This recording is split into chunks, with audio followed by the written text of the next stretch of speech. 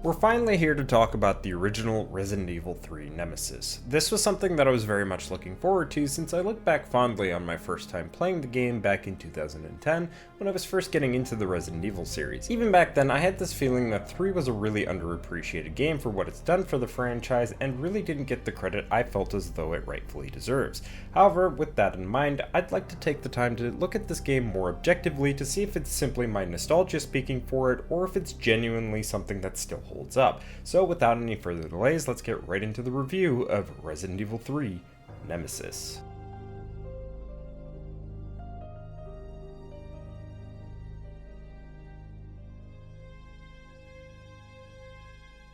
The story for Resident Evil 3 is one of my favorite aspects of the game, taking place during the beginning of the Raccoon City outbreak, whilst also taking place around the same time of and after the events of Resident Evil 2, we follow series protagonist Jill Valentine in her last escape. Raccoon City has been overrun by T-virus infected zombies and BOWs. For many of the civilians, there's no way of escape. Even the Raccoon City police are overwhelmed by the sheer numbers of infected attacking the city. During this time, Umbrella dispatches the UBCS to rescue any survivors in the city, though they ultimately fail in this objective as a majority of the UBCS are wiped out.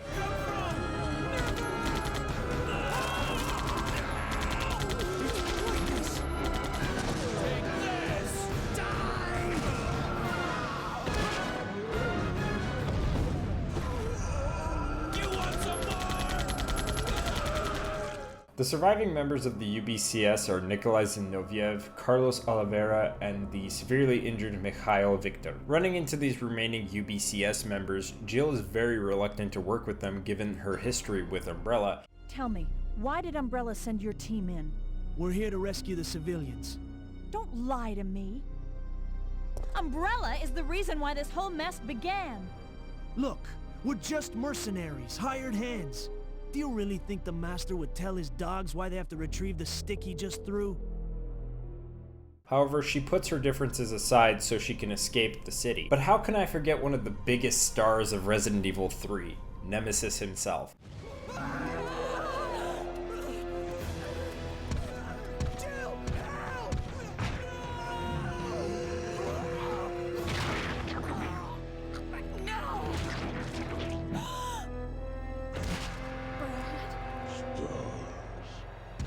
Attempting to cover up their involvement with the current outbreak as well as the mansion incident, Umbrella decided it would be best to deploy one of their most advanced tyrants, codenamed Nemesis, to eliminate any surviving members of STARS in Raccoon City. Having experienced the traumatic and horrifying events of the first game, Jill is prepared to deal with the tyrant as best as she possibly can to survive yet another nightmare in her last escape. And that's pretty much a gist of the story for Resident Evil 3 Nemesis. Now, as mentioned earlier, it is one of my favorite aspects of this game. To explain, I really love the emphasis on player choice in this game. In the previous two Resident Evils, we did have some level of player choice, but it was never to the extreme that 3 did so perfectly, in my opinion. In the original Resident Evil, you were given the choice of picking which character to play as initially to experience a part of the story through that character's eyes. While this was also minor, deciding to go through certain paths or areas in a specific order could sometimes lead you to experience different cutscenes, changing up the story ever so slightly. In Resident Evil 2, this really wasn't the case since all you had were A and B scenarios that did change up the way that the story was experienced, but not really by subtle choices like the first game. This is where Resident Evil 3 takes a step back from what Capcom did with 2 by expanding further upon what the original game did so well in this regard. So much like the original Resident Evil, deciding on which path you take can make a whole slew of changes. To touch on them briefly, enemy encounters, item placement, and life selection events can all vary just simply by picking one route over the other. Of course, the main change is going to be the alternate cutscenes within the game because of the choices you make. Now, those cutscenes for the most part don't play a major part in the game's story, but there are two that can. Without getting into too much detail, one is in regards to whether or not a certain character ends up living or not, and the other is in regards to the ending you get. I intentionally don't play through a lot because I like the way that the game handles the story. Every time I play it, it feels like the first time. Not every run of mine goes smoothly, but I think that's what makes me love the story in that sense. I can choose to run or I can choose to fight. I can take a different route to solve a puzzle or meet a character in a different location. In my mind, it's like you can think of your own story of the events of Resident Evil 3 because no run ever feels the same. And speaking of alternate cutscenes, I did also want to talk a little bit about these alternate scenarios, and I know that there might be some of you who've never played the game originally. With that in mind, if you're one of those people, just go to the timestamp that's on screen right now to avoid any potential spoilers regarding the cutscenes as well as the dialogue that you might want to experience for the first time.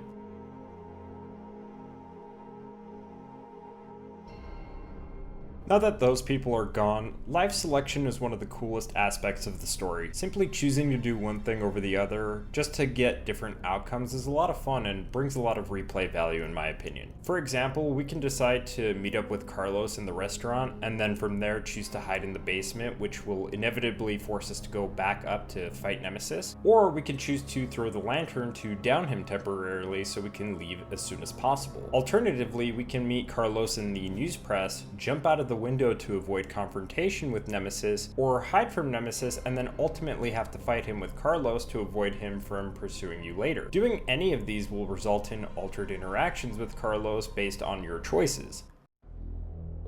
Wait, I have to ask you something. I know. You want to ask me out? All the foxy ladies love my accent. It drives them crazy. I have to know. Why did Umbrella send you here? Because we're on a civilian rescue mission. Oh, you're full of it. They're the ones who caused all this in the first place. Look, we're just mercenaries, hired hands. Do you really think the master would tell his dogs why they have to retrieve the stick he just threw?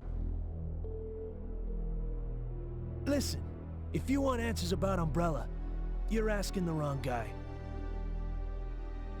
Believe it or not, we are here to rescue civilians. If you can trust me, join us. Think about it.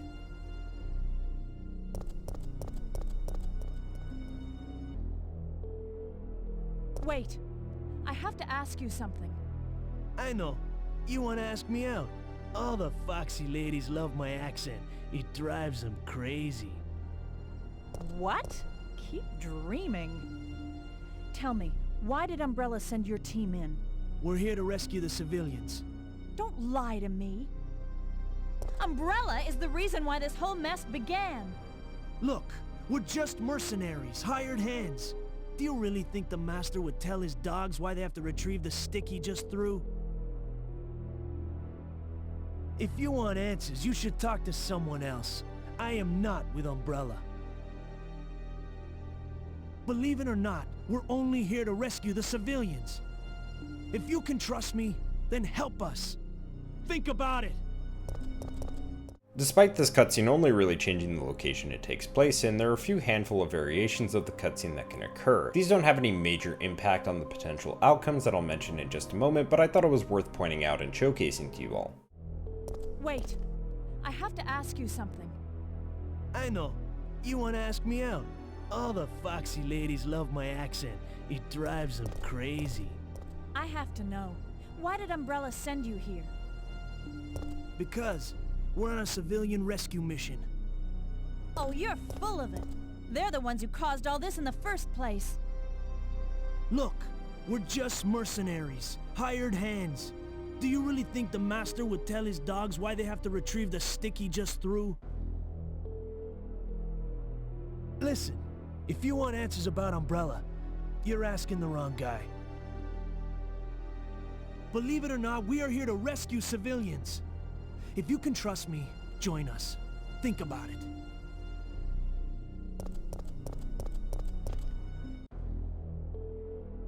I need to ask you something.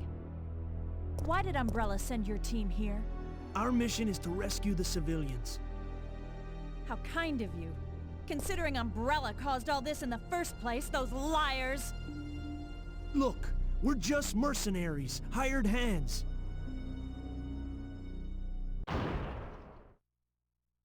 No time for talking. If you can believe me, then join us. Think about it! Wait, I have to ask you something. I know. You wanna ask me out? All the foxy ladies love my accent. It drives them crazy. What? Keep dreaming. Tell me, why did Umbrella send your team in? We're here to rescue the civilians. Don't lie to me. Umbrella is the reason why this whole mess began. Look, we're just mercenaries, hired hands. Do you really think the Master would tell his dogs why they have to retrieve the stick he just threw? If you want answers, you should talk to someone else. I am not with Umbrella. Believe it or not, we're only here to rescue the civilians. If you can trust me, then help us. Think about it.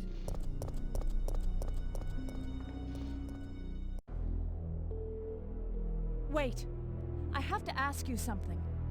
I know. You want to ask me out? All the foxy ladies love my accent. It drives them crazy. What? Keep dreaming. Tell me, why did Umbrella send your team in? We're here to rescue the civilians. Don't lie to me.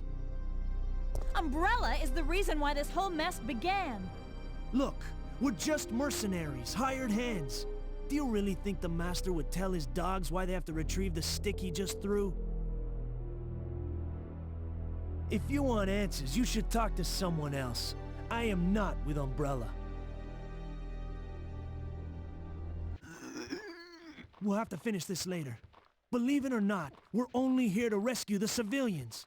If you can trust me, then help us. Think about it.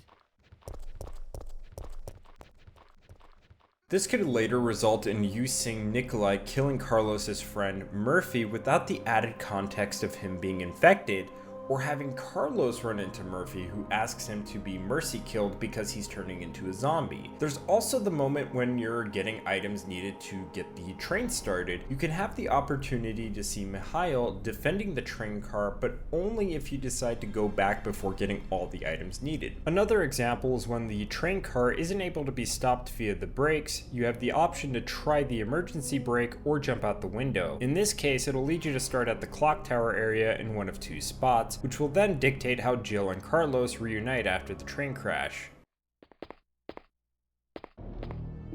Carlos, I don't believe it. You're alive. I'm not sure how we're gonna get out of this town. What are you talking about? We made it! You don't get it. They have no intention of letting us make it back alive. Do you really think we can trust their great evacuation plan? Huh. It's just a piece of paper. But we don't have any other choice than to trust them right now. No. If we're gonna die, then we should get to choose when it happens.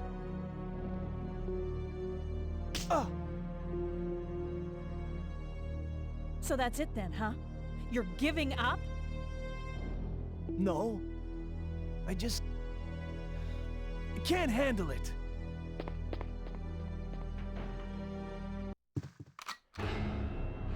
Carlos! Phew. Well, we both managed to survive. Maybe we can start helping each other again. Yeah, it's been rough.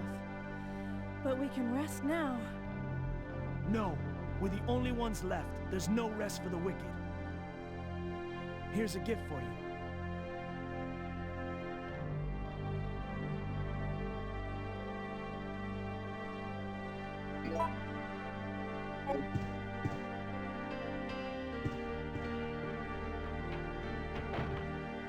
I mentioned earlier that your choices can have an impact on the fate of a certain character. I'd like to elaborate on that briefly. What if three things can happen here? Nikolai can end up escaping Raccoon City by helicopter, Jill can shoot down said helicopter, preventing Nikolai from escaping Raccoon City, or Nemesis can end up killing him just before the second to last boss fight.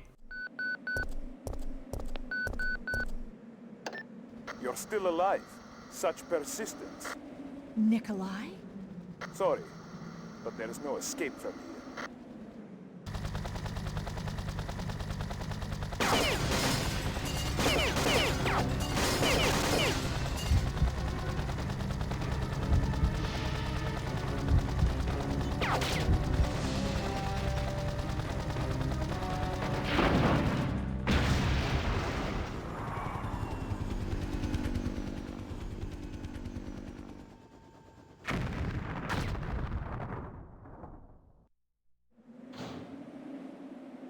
Jill, what happened? Carlos. The choppers.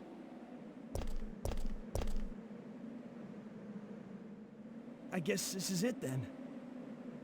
But I don't want to die in a place like this. This isn't over yet.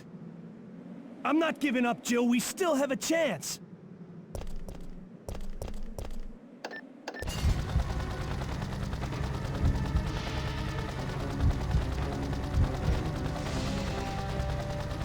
So, you want to get out of here alone? Is that your plan?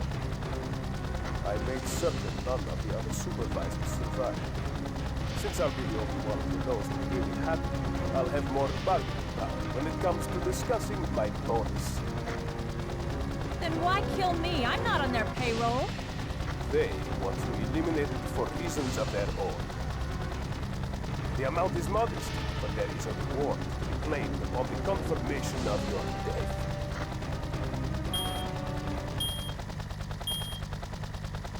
Although I'm sure I'll miss you, it's time to say goodbye. You can either accept death with dignity or die with regret. It's entirely up to you.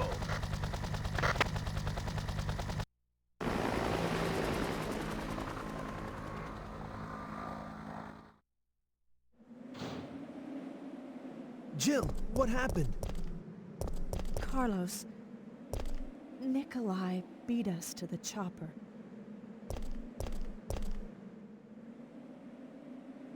I guess this is it then. But I don't want to die in a place like this. This isn't over yet. I'm not giving up, Jill. We still have a chance.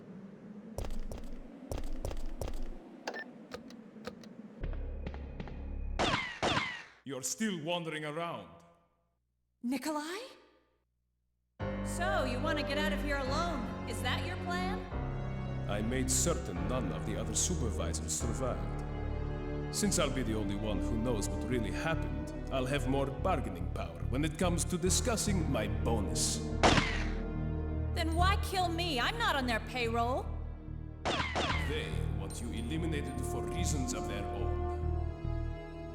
The amount is modest, but there is a reward to be claimed upon the confirmation of your death.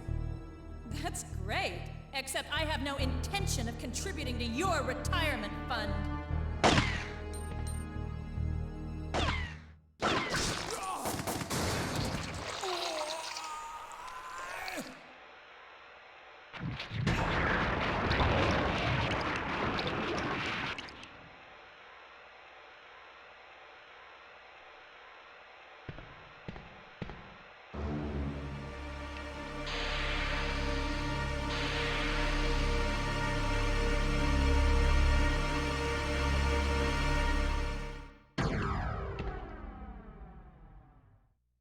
Additionally, during the final boss fight, you can choose to either ignore Nemesis in order to prioritize Jill's escape from Raccoon City, or you can finish him off once and for all to get the best line in the game.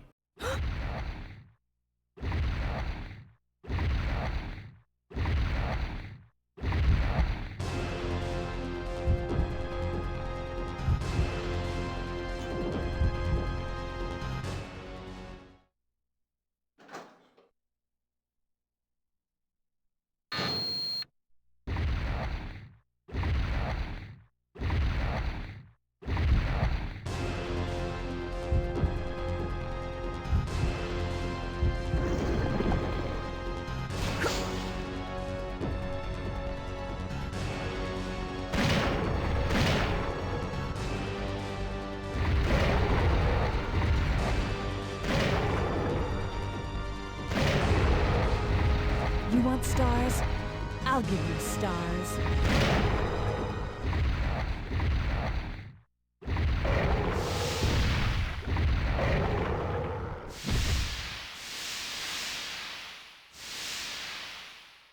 That ultimately gives you one of two endings, one where Jill and Carlos escape together, or my personal favorite, the one where Barry Burton makes a cameo appearance to rescue Jill. Jill! Over here!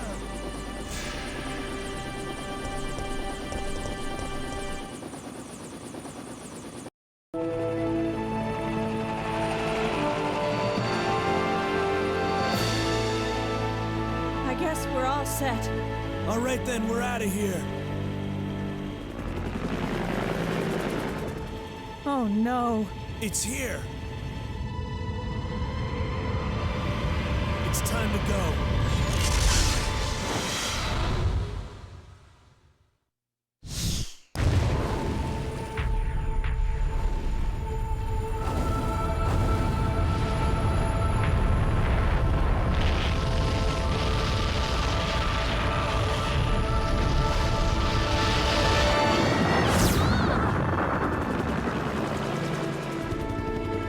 That's it.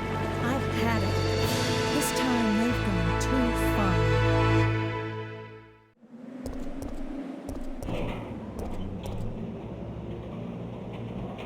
far. Jill, It's over, Carlos.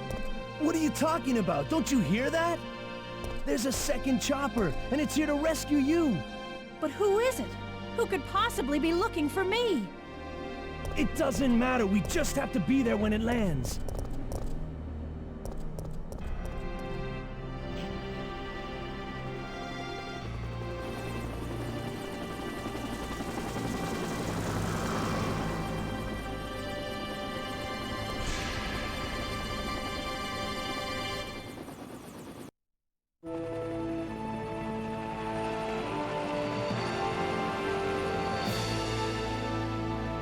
Thanks. You saved us.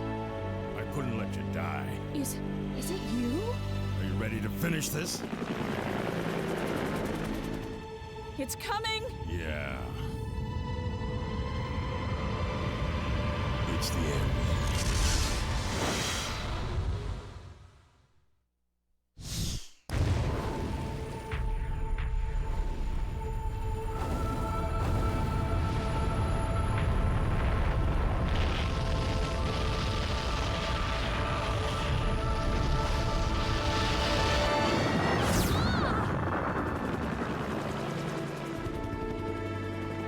That's it.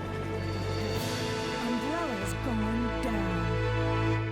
We'll get more into player choice when talking about the gameplay, but these were some of the examples I wanted to share in regards to the cutscenes of the game. There's not enough words for me to express how much I enjoyed this aspect of 3. I honestly wish that every game after 3 took this alone when handling the story and try to expand upon it. It's unfortunate since I think it really allows for the story to stand out in the sense that 2 new players to the game could both play through and complete the game blindly, but having different stories to tell about their initial experience. At least that's how I imagine the developers at Capcom would have wanted it at the time of release. There's one last thing that I want to cover regarding the story before we move on to the gameplay, and that's the voice acting. I mentioned in my Resident Evil 2 review that for the most part Capcom made the voice acting much better, more believable, although there were a few exceptions to that rule. In 3, all of the voice acting is phenomenal, at least as far as Resident Evil voice acting goes. I feel like this is the point where Capcom knew how the game should generally be like moving forward. Nothing really sounds awkward or unnatural. It's exactly how I'd expect these characters to talk to each other. Jill, for instance, sounds like a confident character that isn't about to take anyone's shit, especially if they're working for Umbrella, or Carlos, who's a wisecracking mercenary but knows when it's time to get serious. I think even Mihail is great for actually sounding like someone who's been through hell instead of just saying ouch like the first game.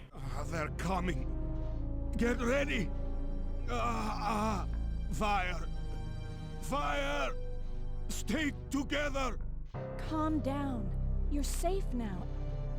Everything is gonna be okay. That's the best thing about the voice acting, really. Don't get me wrong, I love the cheesy dialogue from the original as much as the next person, or even the few instances where that was the case in the original Resident Evil 2. However, the voice acting in 3 gives the impression that the developers really wanted to tell a serious story and showed that they could have a team of talented voice actors who could really deliver lines like they were really in the situations seen in the game. Hell, even the voice actors for the minor characters really seem to be giving it their all. In my honest opinion, it really and truly has aged very well in that regard. With that all said, I think it's time we let everyone who skipped this portion of the video back in so we can get straight into the gameplay.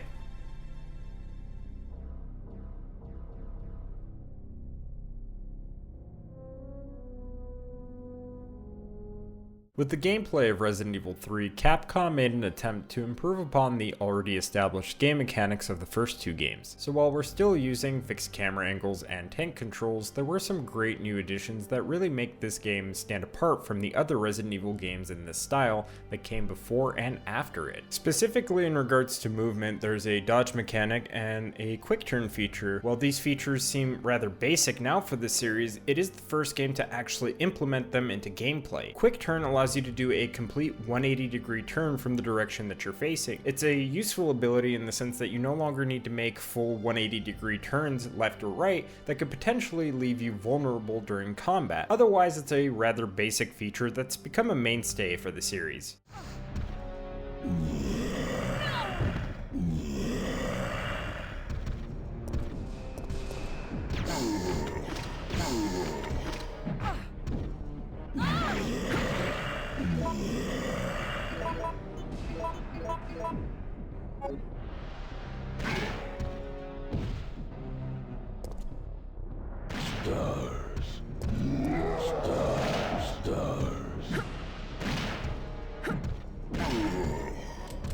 It's the dodge mechanic that I think requires a little more explanation. Dodging can be activated by either aiming at just the right moment or by holding the aim button and pressing the action button at the correct moment. Now, while I do like the ability to dodge, I do have to admit it's not very well done. From personal experience, I've had more instances of it working when I wasn't trying to intentionally make use of it. It would just happen by sheer accident 99% of the time I ever had it happen during my runs. To be fair, for Resident Evil, it is the first time it was ever done, so I don't think Capcom would have made it perfect. It's kind of like how general movement was serviceable in the original Resident Evil game, but got much better with both Resident Evils 2 and 3. Also, there's people out there that really know how to exploit this mechanic, so it's not impossible to learn how to do per se. Though I think that unless you're really going out of your way to know how to exploit it as a first-time player, it becomes a useful mechanic, but one that could easily be better with the ability to dodge freely and not seemingly at random.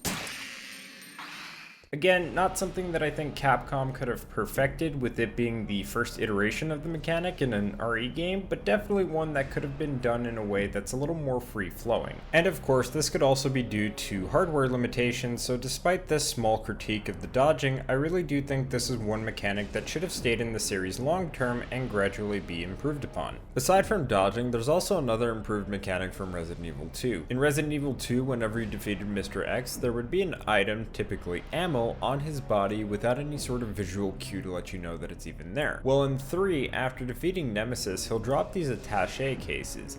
This is where you can have some gun parts, first aid cases, and even infinite ammo for one gun. Now, this aspect of RE3 is completely optional, but very rewarding. The guns you get come with their own benefits and drawbacks, such as higher crit shot chance or increased fire rates. The only negative thing I have to say about these bonus weapons you get is that they aren't compatible with the enhanced ammo types, which I'll get into momentarily. The first aid packs are a pretty cool idea too, so instead of one health spray taking up one inventory slot, you end up having 3 in one slot. Since you can end up having 2, you'll have the total potential of 6 at all times with you. And similar to when you pick up ammo when you already have ammo in your inventory, it'll just automatically add in a new health spray if there's room in the health pack. If you go out of your way to fight Nemesis every single time, you either unlock an M4A1 or, as mentioned before, an item that allows you to get infinite ammo for one gun. Though I should note that by this point in the game is almost done, so it's not like you're going to be running around with an overpowered weapon or infinite ammo from an early point in the game. That is, unless if you're playing on easy, in which case you'll start off with an infinite M4A1. You're not forced to fight Nemesis, as mentioned before, it's completely optional. Now, ignoring Nemesis will put you in situations where he will overstay his welcome and make sure that traversal won't be some walk in the park. In fact, I'm going to go out of a limb here and say that I think Capcom may have intended that the first playthrough be one where you don't go out of your way to fight him. It's not that fighting him in a first playthrough is impossible, but instead rather one that can be difficult if you've never played the game before before, or at least it can be if you don't play the game on a regular basis. So in any follow-up playthroughs where special weapons are unlocked, I think that's where they may have intended the general player base to really go up against Nemesis to see every reward. Despite what I may think of how Capcom intended players to play the game, there is one thing that is certain, in that choosing to fight Nemesis or to run from him also gives us replay value, because the runs can be different if you're deliberately going out of your way to do one thing over the other, or a mix of both. That's really the key thing to note here, because one flaw that 3 has is that Nemesis is really the only boss you go up against, minus the Gravedigger. Keeping that in mind, despite the lack of bosses, Nemesis does keep things really tense by making the game feel like you're never really done with the boss fight, you're just going out of your way to move the arena that it's fought in.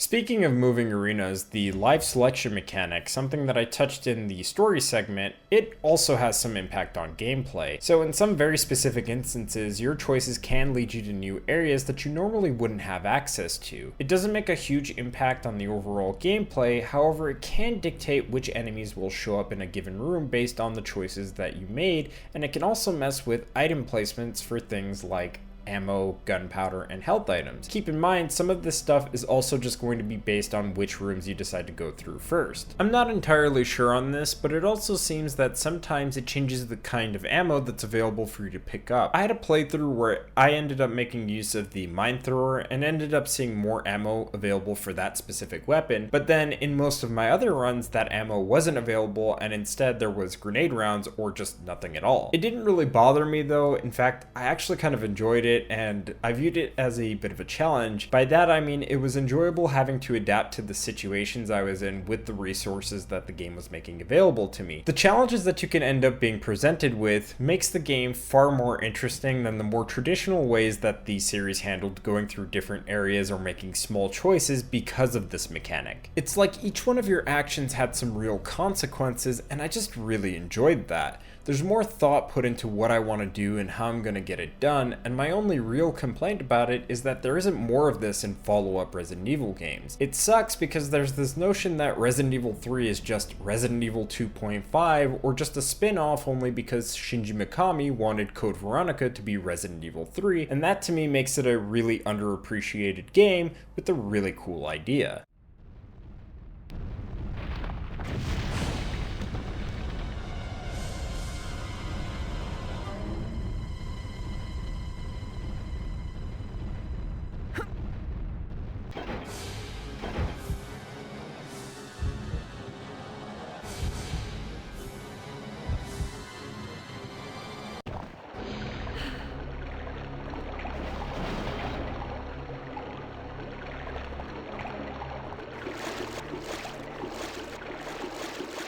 One other mechanic that I really need to address is the ability to craft ammo with gunpowder. Once again, this is the first time that a Resident Evil game introduced a mechanic like this, but unlike the dodging, I think this is one that has yet to be beaten. How it works is that there are 3 different powder types, A, B, and C types. Different combinations will give you different results. These range from handgun rounds, shotgun shells, various grenade rounds, as well as magnum rounds. You can even combine gunpowder with grenade rounds to not only craft stronger grenade types, but also potentially double if not triple the amount of grenade rounds you originally started with. But by far my favorite aspect of this mechanic is that after crafting handgun rounds or shotgun shells over time, you'll start to see an increase in the amount of ammo you receive, and eventually eventually you'll be able to craft the enhanced ammunition. The enhanced ammo can only be used on the Samurai Edge and the base shotgun. This is done to balance out the pros and cons of both the handguns and shotguns available in the game for Jill to use. So while using the enhanced ammo means that you'll lose out on the higher crit chance and faster fire rate, in my opinion it's more than made up for with the higher damage output of these weapons. In a really cool little attention to detail, Capcom also went out of their way to color code the bullet casings and increase the recoil on the weapons. I'm just an absolute sucker for stuff like this, and there was really no reason for them to go the extra mile with this, but they did, and I really appreciate it. That's what makes this feature of the game really unfortunate to talk about, because the reality is that Capcom has yet to surpass this rendition of the ammo crafting, which is quite disappointing because there's so much potential here that sadly we'll never get to fully explore in future titles since they've never truly expanded on the mechanic. Sure, some of the more recent Resident Evil titles have it, but it's nowhere near the level of depth and detail that the original 3 has. Look, all I'm saying is that if Capcom ever decides to remake Code Veronica 5, any other Resident Evil title, or even make Resident Evil 10, they'll likely never try to match the best iteration of the ammo crafting mechanic, and if they do, then you'll know I was the reason behind it. Or at least I hope I am.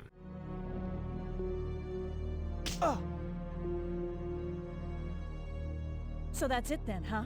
With all these additions to the core gameplay that started with the original game, it makes for a fun experience. However, this also means that the game is a bit more action focused than the previous 2 entries, but that doesn't mean that it's a bad horror game, it's just that you'll notice the gameplay has gone a little more in that direction. I don't take issue with that in the context of the character that we're playing as. Jill isn't going through this type of scenario for the first time, and her experiences with the Spencer Mansion have made her prepared for what's happening.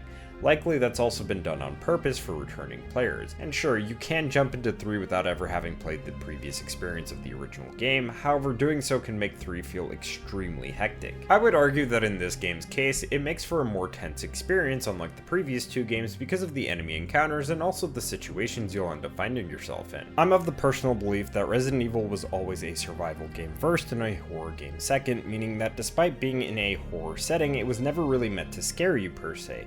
Maybe it did for some people, but fear is subjective, though I do think 3 may be the exception to some degree. Anyway, my personal interpretations of the series aside, I did also want to take the time to talk about the only side mode, which is the Mercenaries Operation Mad Jackal. So while technically this is the first game mode to be called the Mercenaries within the series, it's more like a continuation of the battle game mode seen in the Sega Saturn port of Resident Evil 1, and the extreme battle mode as seen in the DualShock version of Resident Evil 2. You'd be surprised to know that this is actually the one thing that I really don't like about Resident Evil 3. In Mercenaries mode, there's only 3 playable characters, each with specific weapons and items in their inventory. This is so that each character has varying levels of difficulty when completing the game mode with the resources they have available. The goal is to get from point A to B before the timer runs out, but to counter that, getting kills, dodging, and rescuing survivors will increase the time and resources available to you. I don't really find myself enjoying this game mode because it expects you to rescue survivors in a particular order to get more time, ammo, and health items. To top it off, it will dictate the rank you receive at the end, so there's a lot more trial and error involved. It's not helped by the fact that all of the loadouts are drastically different for each playable character. For instance, Mikhail has a shotgun, magnum, and rocket launcher to use, whereas Nikolai only has a handgun and knife. While I am up for a challenge, I do think this game mode is more geared towards people that enjoy having the odds stacked against them, so in that regard, I don't really think it's for me,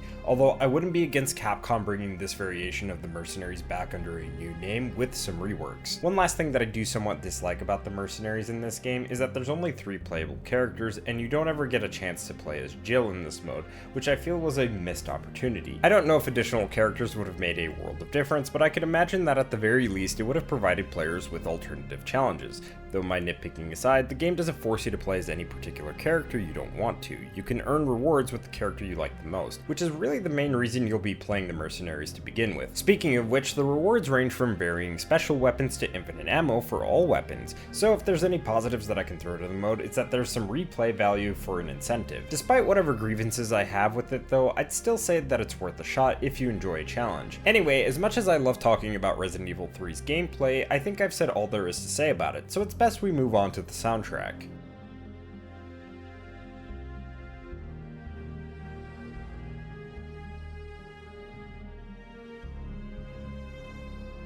The Resident Evil series up to this point has always had amazing tracks featured within the games, and 3 is no exception to that. There's a sense of tension with an unsettling feel to the tracks, which in my honest opinion makes it very memorable to me. That's not to say that either Resident Evil 1 or 2 didn't do that, it's just more so that Resident Evil 3 excels at it.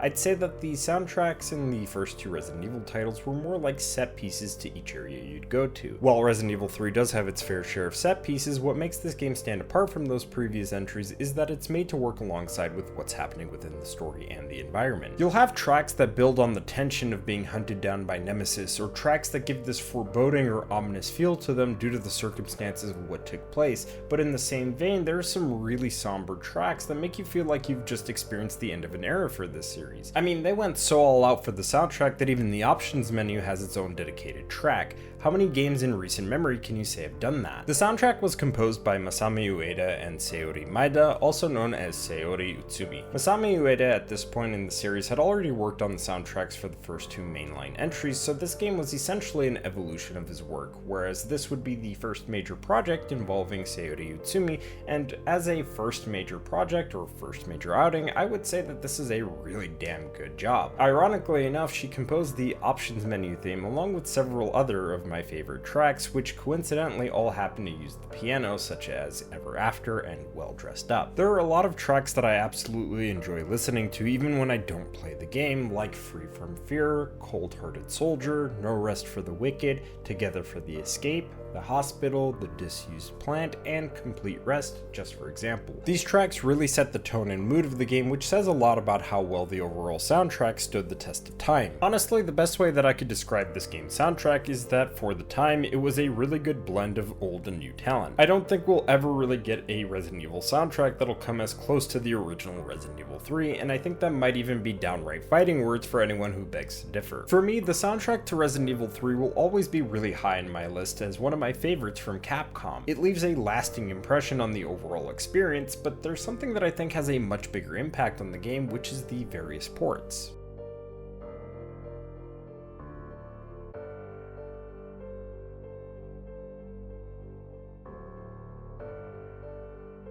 When I was originally planning to talk about this game, I didn't intend on covering multiple ports. It's not that I was ever against it or anything, it's just that I never had access to anything other than the original PlayStation release of the game. The good news for you is that over the years of working on this video, I managed to get a hold of a few other versions of the game, which is part of the reason it's taken me so long to getting around to releasing it. Anyway, while I've always had a soft spot for Sony's consoles, I have to admit that the other ports that I'll be talking about are really good alternatives in their own right. To clarify, I'll be focusing on the following ports shown here on screen. This is what I had on hand and was playing at the time of recording footage. Also, I won't be going into great detail as to what's going on with these ports visually or technically, since I'm not particularly knowledgeable on that subject. Instead, I'll mostly be focusing on talking about the differences in visuals that I can see as an average player of the game, and also the differences between them from a content and functionality standpoint. However, if that's something that you are interested in, I'd like to recommend fellow Resident Evil enthusiast and content creator Jared from Avalanche Reviews. Jared has a really well-made video covering all the ports of Resident Evil 3 prior to the release of the PlayStation Classics catalog port in great detail, which I would highly recommend if you're interested in that kind of thing. Not only that, but he's also done similar videos that cover all of the Resident Evil games, among other horror titles. I've left the link both in the description and on the top right corner where the iCard is, so feel free to check it out and tell him I sent you. To get back on topic, I'd like to start with the original PlayStation release, since that's how I experienced the game the first time I ever played it. From a visual standpoint, this is the worst looking port of the game, but as I mentioned before, I've always had a soft spot for Sony's consoles. For me, despite the visuals not looking so great, in comparison to those other ports, I still quite like it. I don't know if it's just the way that the environments look or how the character and enemy models look, but I just love it. The first time I ever played the game was when I was 14 back in 2010, when I got the game digitally on the PlayStation 3 storefront, and while I did play PlayStation 1 games in the past with my cousin, this was at the time a brand new experience for me. So in my case, being someone who is just old enough to have experienced a little bit of the PlayStation 1 era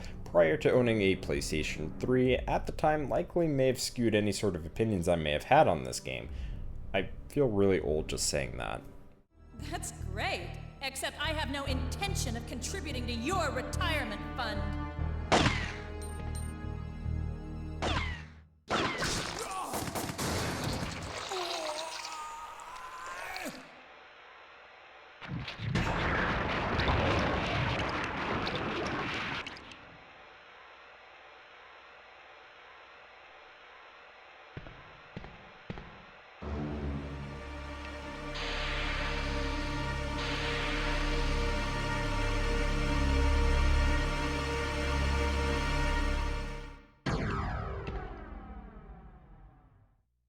I just absolutely love the low poly look of the PS1, and I think a big part of that just has to do with the lack of detail, which makes you really try to imagine what's present in the environment. It's thanks to the Resident Evil series as a whole, not just 3 exclusively, that has made me appreciate retro games of this style, which is what I think contributes to my interest in trying out more games of that era, on top of supporting indie games that try to revive this look in a day and age where there's people out there that still think that visuals are everything in a game. As mentioned before, I initially played this port on the PS3 via a digital copy, however I do own a physical disc and decided to use it while recording footage for this video. I'm not sure if there's any significant differences playing the game through these two formats in terms of performance, but thankfully you can use the save data between the two without issue. Technically it was possible with the previous 2 entries, albeit with some caveats regarding the alternate releases they had, but since 3 doesn't have any alternate releases, it doesn't have to deal with any of that. I'll talk a little more about the save data later on in the video, but to get back on point, depending on how you look at it, Resident Evil 3 not having alternate releases can be seen as either a good or bad thing.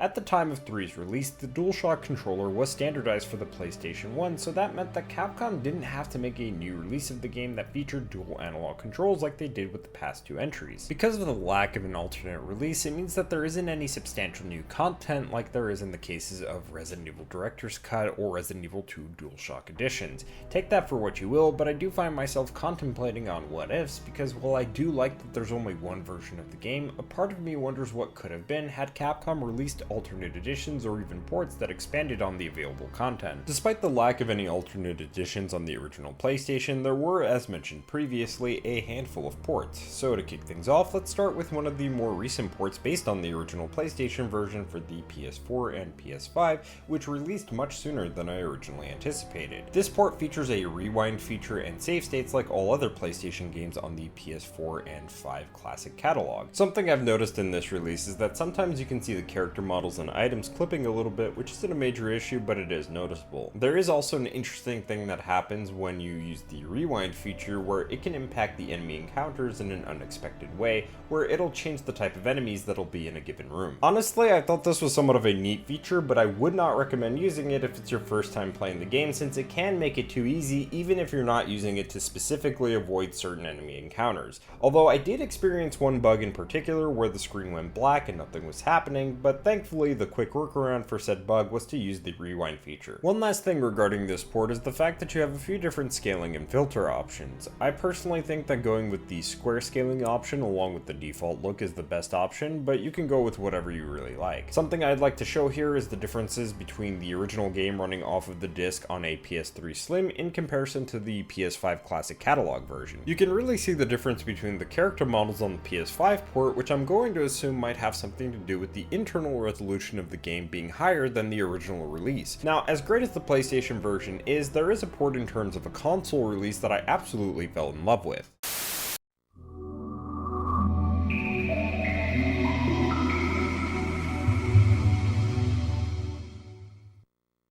The Dreamcast version of the game is what I captured a majority of my footage for this review, and there's a very good reason as to why I did so. It's one of the best looking console versions of the game.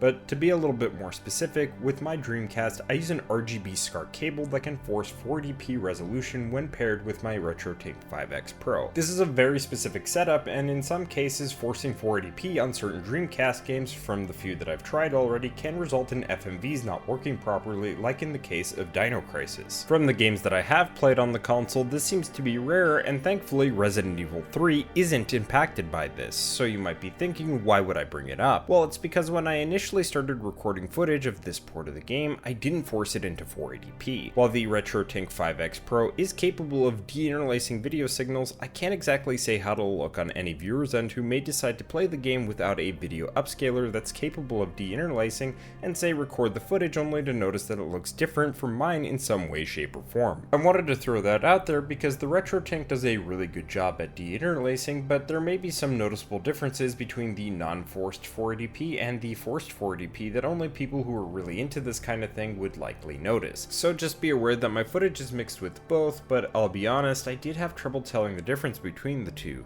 At least at first glance, they may appear to be identical to one another from a visual standpoint, but the interlaced content will seemingly have an overall softer picture from what I was able to notice personally. As I mentioned earlier, my reasoning for most of my footage being on this version of the game is because it is one of the best looking ports, and I genuinely grew to like it very much in that regard. Well, that, and it wasn't too long ago that I decided to pick up a Dreamcast and start collecting for it, which also made me to really grow to appreciate Sega's last hurrah in the console market. I could go on and on about how much I love this console, along with subjects relating to it, but that would deviate too much from today's main topic. What I do want to talk about is what makes this port of the game different enough from the original PlayStation release.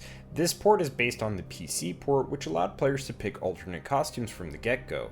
Speaking of which, there are 2 additional costumes exclusive to the Dreamcast and PC port of the game, although technically the PC port has 1 additional costume that's exclusive to it, but I don't want to get too carried away on that subject. Since the game is based on the PC port, it does also mean that the save data isn't exactly individual either. Rather, to be more specific, in the PlayStation port of the game, only individual save files were impacted by New Game Plus runs and unlocks earned in the Mercenaries. However, in the Dreamcast port, exactly like on the PC port that it's based on, that applies to all save files on the game unless if you were to start a fresh save on each slot intentionally, or just choose not to load the data from your VMU when you boot the game. This likely isn't going to be the biggest deal in the world for most of you watching, but I thought I should make note of it just in case. So those are the most significant things regarding the Dreamcast port. Luckily for any of you watching, I still technically have 2 more ports to talk about, or more appropriately, I have a PC mod to talk about along with a mod based on an emulated GameCube port of the game using Dolphin Emulator.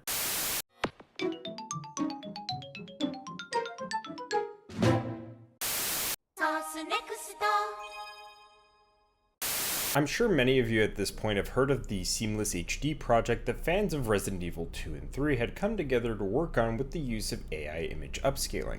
But for those of you that might not have been aware or haven't kept tabs on the modding scene for Resident Evil, let me just give you a quick rundown of what it exactly is. Essentially, the Seamless HD mod for Resident Evils 2 and 3 take the pre-rendered backgrounds, text, 3D models, and so on, and visually upscale and enhance the game to a higher resolution. The mod itself can be used on a custom version of Dolphin Emulator, which can then be in tandem used with an emulated version of the GameCube port of the game, which is how I played it. This is a really cool mod, and I assume a lot of people are going to want to play the game this way since it doesn't require you to pull out an old console, which wouldn't have the enhancements available to it anyway. I can't say I blame them because this is the nicest way to play the game right next to the PC port when using the classic Rebirth mod. There's a lot of little details that I never really noticed until playing the game this way. Things like signs, posters, small text all become very easy to see in full detail thanks to this mod. Unfortunately, I did run into a few problems with this mod. The first issue I had was minor.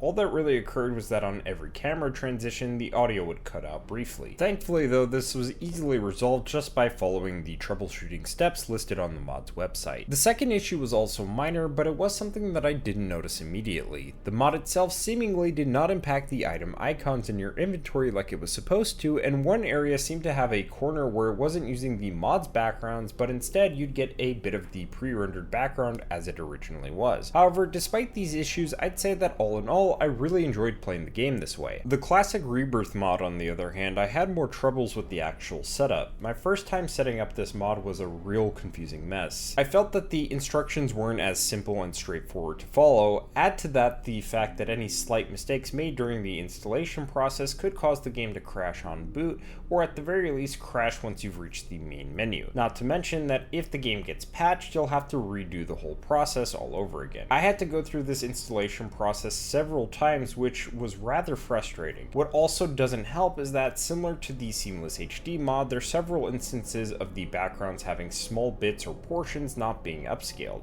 It got to the point where I was just too frustrated to really try to find a workaround for this issue, and so I was just willing to settle for it being able to run without any crashes. games. Despite these issues, I would still highly recommend checking out these mods, whether you're a longtime fan wanting to revisit this classic with a new coat of paint, or a newcomer looking for a way to play the original game in HD. This is a really good way to get into the game. Speaking of which, another mod you can get working alongside the classic Rebirth mod is the soundtrack mod, which gives you the option of using higher quality audio for the game's soundtrack, Dreamcast quality audio, or an arranged soundtrack entirely. Sadly though, in my only attempt to try out this mod, it unfortunately had an issue where the audio wasn't looping properly. I haven't attempted to try out the mod since, but I figured I'd make mention of it while I'm talking about issues that I ran into with the classic Rebirth mod, since these are compatible with each other. On a more positive note, the FMV mod is something that just worked flawlessly for me. For those not in the know, depending on the ports of Resident Evil 2 and Resident Evil 3 Nemesis, the quality of the FMVs would vary, going from absolutely terrible to exceptionally high quality. Thankfully, there's also a variation of the mod that's compatible with the Seamless HD mod for Dolphins, so it's not exclusive to the PC port. I really wish Capcom would put this amount of effort into their remasters, and that's saying something coming from me, considering that I'm generally in favor of seeing more of their games getting remastered. It's too bad that Capcom has this poor understanding of what mods can do for their games, because I honestly think that they should hire these fans that worked on this mod to work on an official HD or anniversary collection of the original 3 games. I say that mainly because we all know that typically mods for Capcom games tend to be made to improve their games, especially when it comes to their HD remasters that they themselves unfortunately don't put a huge amount of effort into,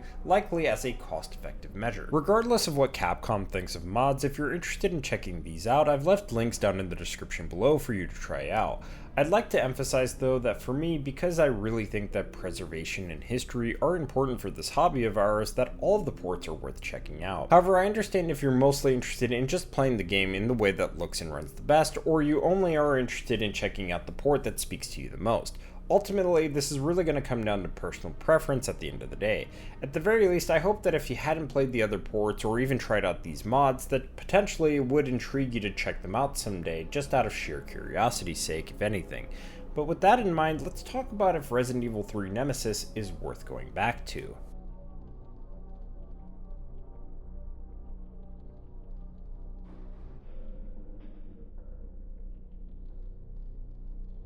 The original Resident Evil 3 will always hold a special place in my heart. Oftentimes this game was getting overshadowed by its predecessor and generally heavily critiqued by the fanbase at large, which claimed that it was a carbon copy of the previous game. A critique that oftentimes repeated itself with other games in the franchise, seemingly after Leon's adventures. To me, it undermines how great of a game Resident Evil 3 truly is and how it deserves far more recognition than it typically gets. I've heard people make the point that Shinji Mikami never intended for Nemesis to be the 3rd game, but instead Code Veronica was, and because of that it somehow means that 3 isn't a good Resident Evil game, let alone a good sequel. But I'd like to point out that this is the same developer who's the very reason why Resident Evil became an action series post Code Veronica, and also threatened to cut his own head off if Resident Evil 4 was ever ported to the PS2, yet people still put him on a pedestal. Now, that's not to discredit Shinji Mikami for what he's done for the franchise as a whole, or as a game developer outside of Capcom. I just think that the criticism towards 3, at least in most cases, comes from a place of bias and not any real merit that looks at the game from a critical point of view. To be clear, I'm not saying that people can't have their personal biases towards their favorite game if they genuinely believe that it's a better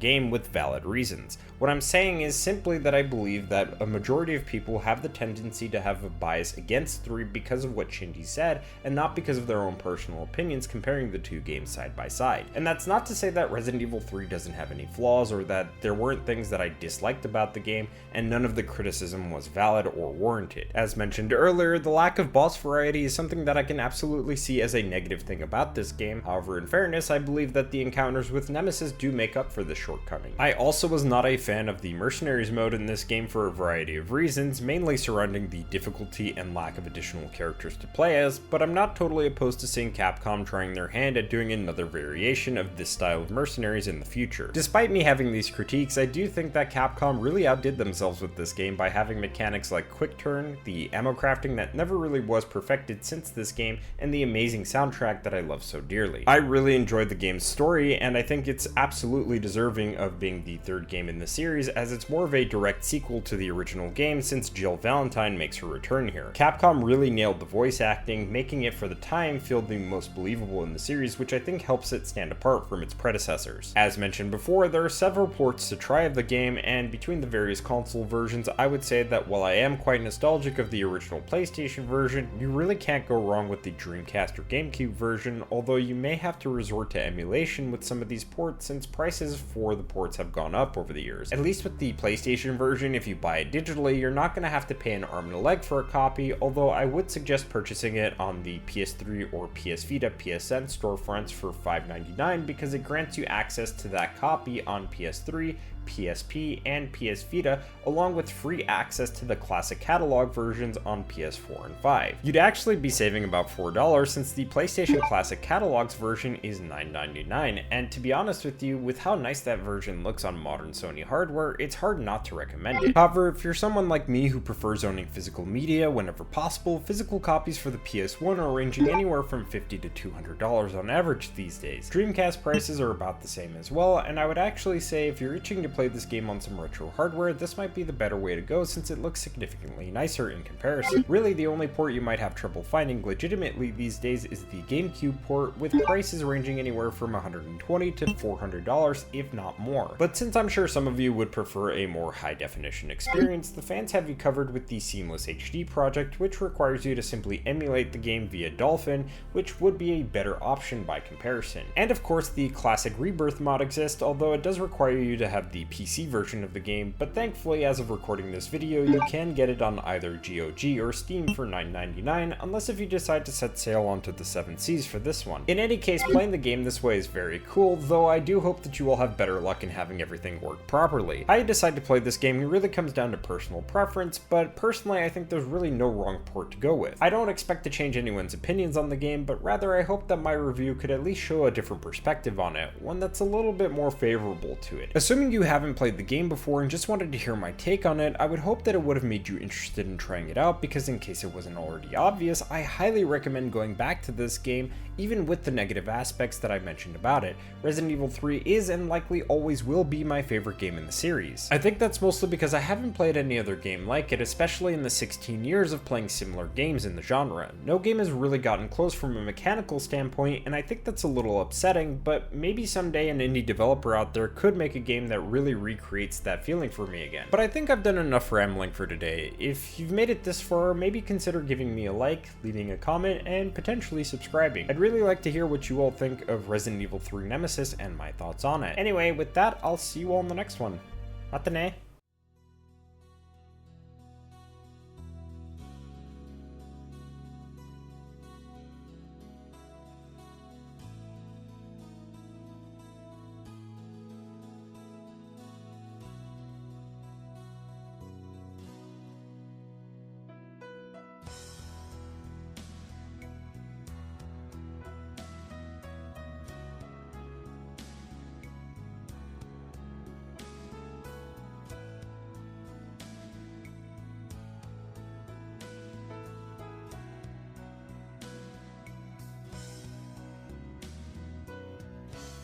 Hey, you managed to make it to the very end of the video. I try my best to make these videos and I hope I'm improving even when I'm not that consistent in releasing them. But speaking of which, I have some very unfortunate news to share. I don't exactly know when the next game review will come out, but on the bright side, I do have footage on standby for reviews of the original Resident Evil 4, Resident Evil Dead Aim, and Onimusha 2 Samurai's Destiny. So when the time comes, I'll slowly but surely release these reviews, and hopefully they won't take several years to release. However, with that in mind, I just wanted to say thank you all for the support you've given me over the years, and since you've made it this far, and please don't tell anyone I told you this, but you're truly the best out there, and maybe if you have the time for it, you'll be interested in checking out some of my other reviews, assuming you haven't already. Anyway, thanks again, and I'll see you next time. Later.